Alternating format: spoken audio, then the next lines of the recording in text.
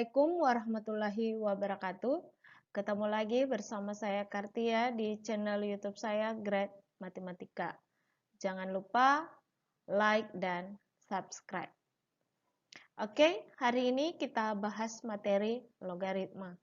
Yang pertama adalah konsep dasar logaritma. Yang ini misalkan 2 pangkat 3 sama dengan 8, kita ingin tuliskan dalam bentuk logaritma, maka ditulis dalam bentuk 3 sama dengan 2 log 8. Untuk selanjutnya, definisi logaritma. Bisa kita tuliskan seperti ini. A pangkat B sama dengan C, ya. Di mana A ini adalah bilangan pokoknya dalam eksponennya, dan B ini adalah eksponennya, dan C adalah hasilnya. Sedangkan dalam logaritma ditulis seperti ini. A log C sama dengan B, di mana A adalah basisnya, atau bilangan pokoknya, dan C ini adalah numerusnya, sedangkan B ini adalah hasil logaritmanya. Di mana basis ini memiliki syarat, yaitu A-nya harus lebih besar 0, tapi tidak boleh sama dengan 1. Begitu pula dengan numerusnya, memiliki syarat, yaitu C-nya harus lebih besar dari 0. Untuk lebih jelasnya, perhatikan contohnya. Ini contoh 1. Nyatakan bentuk-bentuk perpangkatan berikut dalam logaritma. Ya. Yang pertama, 2 pangkat 4 sama dengan 16. Mau dinyatakan dalam bentuk logaritma. Perhatikan dari sini, yang ini. Bahwa jika A pangkat B sama dengan C, ditulis dalam bentuk logaritma adalah A log C sama dengan B. Jadi, yang menjadi basis adalah tetap ini 2. Sedangkan 16 itu adalah hasil logaritma. 16 ini adalah, maaf ya. Jadi 16 ini adalah numerusnya, sedangkan 4 adalah hasil logaritmanya. Maka ditulis dalam bentuk logaritma adalah 2 log 16 sama dengan 4. Bagaimana yang kedua? 6 pangkat 2 sama dengan 36. 6 ini adalah basisnya, atau bilangan pokoknya, 2 ini adalah hasil logaritmanya, dan 36 ini adalah numerusnya. Maka dalam bentuk logaritma ditulis 6 log 36 sama dengan 2. Ya. Contoh yang ketiga, 8 pangkat 2 sama dengan 64. Bilangan pokoknya 8.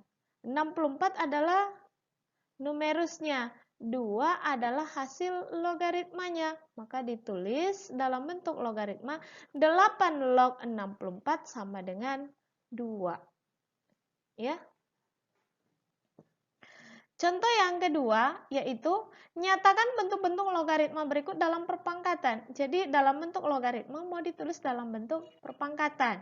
Misalkan contohnya nih, 2 log 4 sama dengan 2. 2 ini adalah basisnya, 4 adalah hasil logaritma, 4 adalah numerus, 2 adalah hasil logaritma. Perhatikan yang di sini ya, antara bentuk perpangkatan dengan berbentuk logaritma. Maka dalam bentuk perpangkatan ini ditulis 2 pangkat 2 sama dengan 4.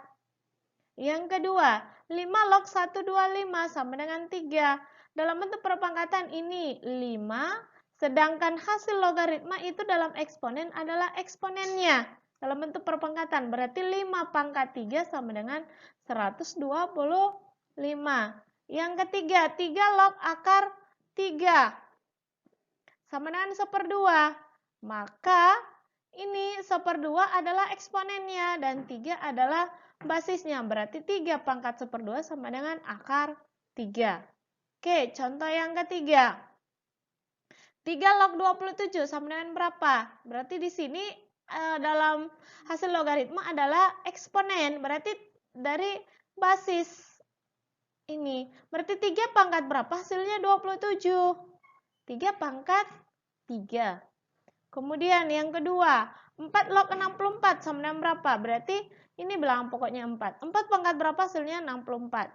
Hasilnya adalah 3. Itulah hasil logaritmanya. Kemudian yang ketiga adalah 3 log 81. 3 ini bilangan pokoknya 3.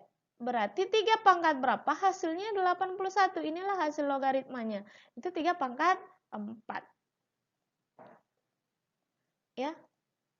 Selanjutnya, bagaimana kalau soalnya seperti ini? 25 log 5.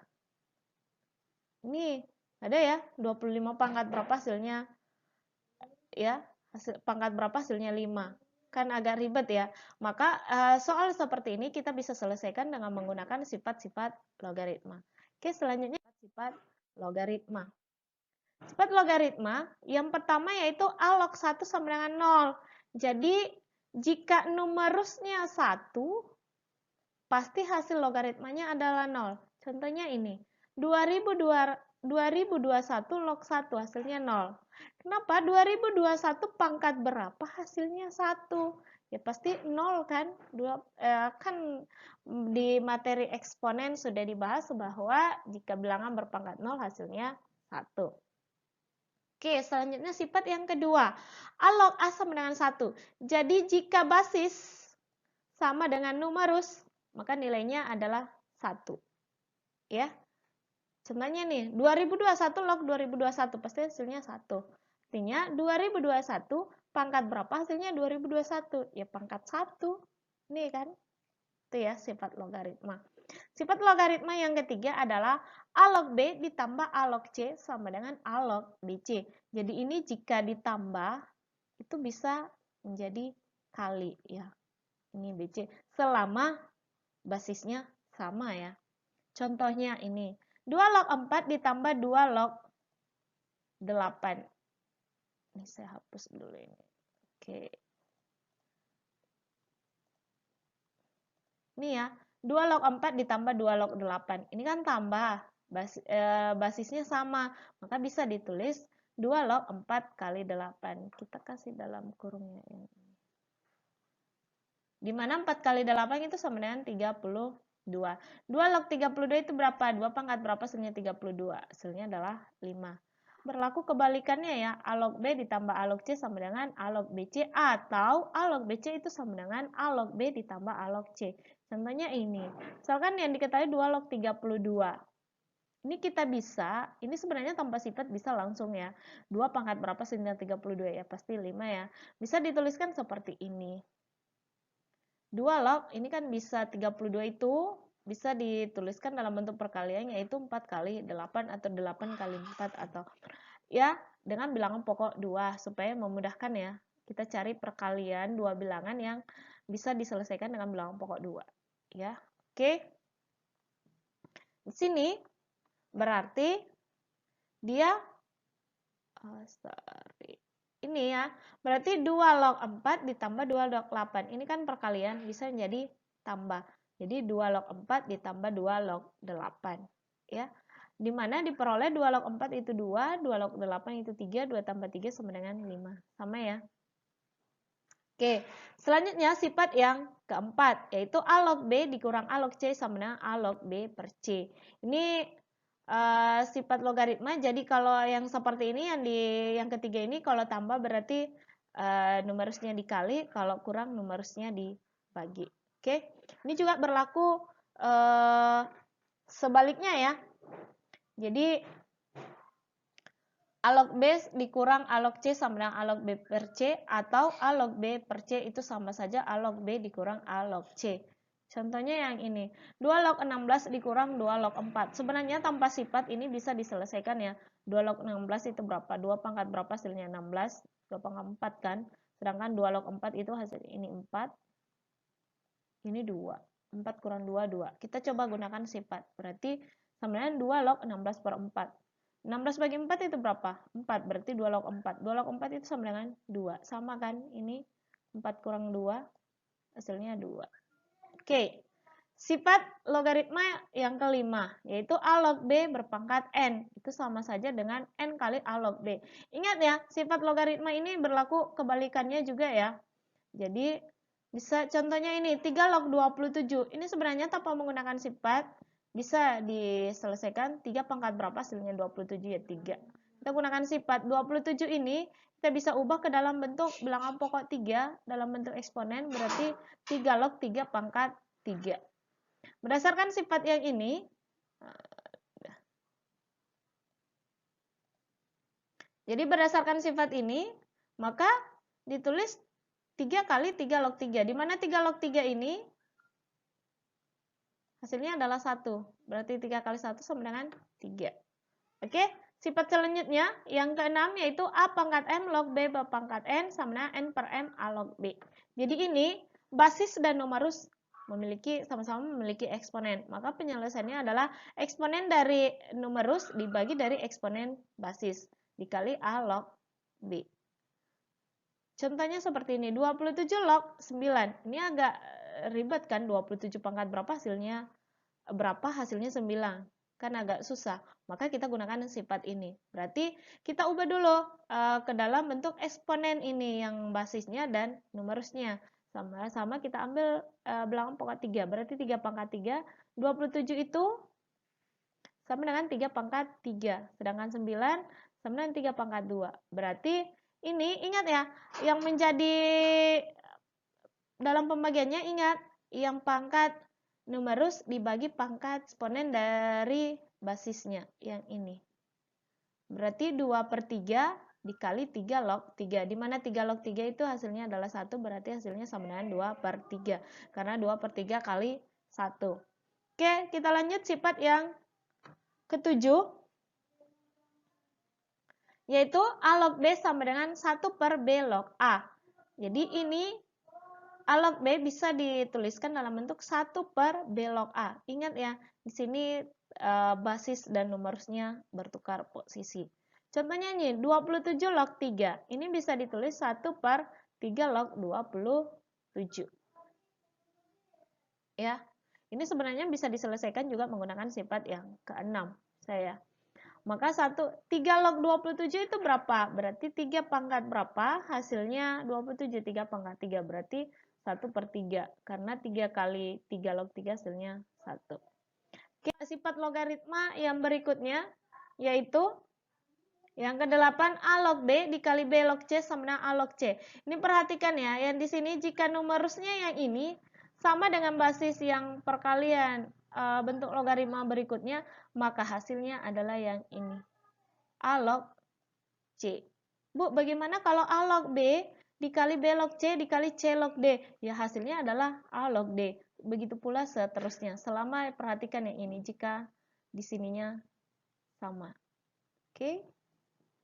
Contohnya yang ini. 2 log 5 dikali 5 log 8 berarti sama saja kalau 2 log 8. Ya. Karena ini, perhatikan yang ini. Nilainya sama. Oke, sehingga ini hasilnya adalah 3. Karena 2 pangkat berapa hasilnya 8. Hasilnya 3. Sifat yang selanjutnya yaitu yang ke-9. A berpangkat A log B sama dan hasilnya adalah B. Jadi ini lagi yang sama. Oh ya, Ibu lupa ingatkan bahwa, ingat ya, basis dalam logaritma itu ditulis agak ke atas. Misalkan ini, A log B. Ya, yang ini, Ibu maksud ini A-nya, basisnya, jangan ditulis sejajar dengan ini. Ya, karena kalau dia sejajar itu sama artinya kalau dia bukan basisnya ya. Contoh soalnya adalah ini. 253 berpangkat 253 log 36. Jadi ini perhatikan nilainya ini sama. Oke, berarti hasilnya adalah yang ini ya, 36. Oke, selanjutnya sifat yang ke-10. A log B. Ini A log B bisa ditulis dalam bentuk seperti ini. M log B per M log A. Di mana nilai M ini bisa berapapun selama dia memenuhi syarat basis. Ya. Maka contohnya seperti ini. 18 log 50. Kita bisa tulis 3 log 50 per 3 log 18. Ibu bisa nggak saya tulis 2. Ini 2 log 50